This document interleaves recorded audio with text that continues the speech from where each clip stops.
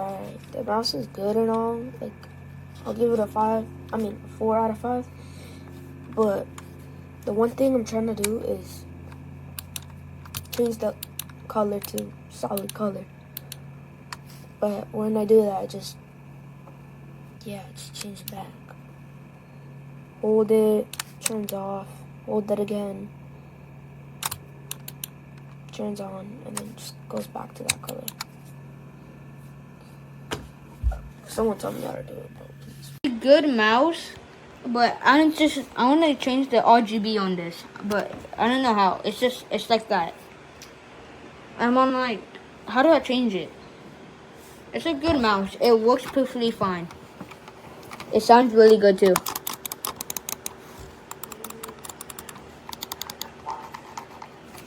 It's a good mouse for $15, $16.